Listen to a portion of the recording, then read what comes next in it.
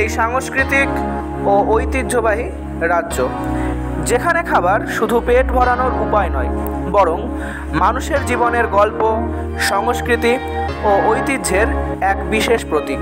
আজকের এই ভিডিওতে আমরা জানব পশ্চিমবঙ্গের স্থানীয় রান্নাবান্নার বৈচিত্র্য, ঐতিহ্যবাহী খাবারের ইতিহাস এবং এর সামাজিক ও সাংস্কৃতিক প্রভাব, যার দ্বারা মানুষ এবং তাদের জীবনযাত্রায় প্রচণ্ডভাবে প্রভাব বিস্তারের ফল দেখা যায়। পশ্চিমবঙ্গের রান্নায় মিষ্টি এবং ঝাল দুটোই থাকে ব্যালেন্সে।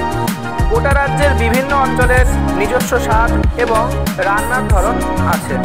নদী ও নদীমাতৃক ভূখণ্ডের কারণে মাছের ব্যবহার অনেক বেশি। এছাড়া মিষ্টি খাওয়ায় বাংলার বিশেষ সুনাম, যেমন বাংলার রসগোল্লা। ইলিশ মাছ বাংলার অহংকার। শীতকালীন ইলিশ ভাজা, মাছের দো পেঁয়াজা, পান্তা ভাতের সঙ্গে ইলিশের স্বাদ এক কথায় অপরূপ। এছাড়াও রুই, কাতলা, পুঁটি মাছের বিভিন্ন রান্না বাংলার মানুষের প্রিয়।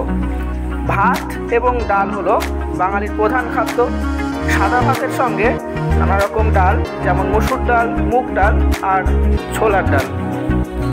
শুক্তো একটি বিশেষ সবজি রান্না, যা একটু তেতো স্বাদের জন্য খ্যাত। এতে ব্যবহৃত হয় সরিষার তেল, কালো জিরা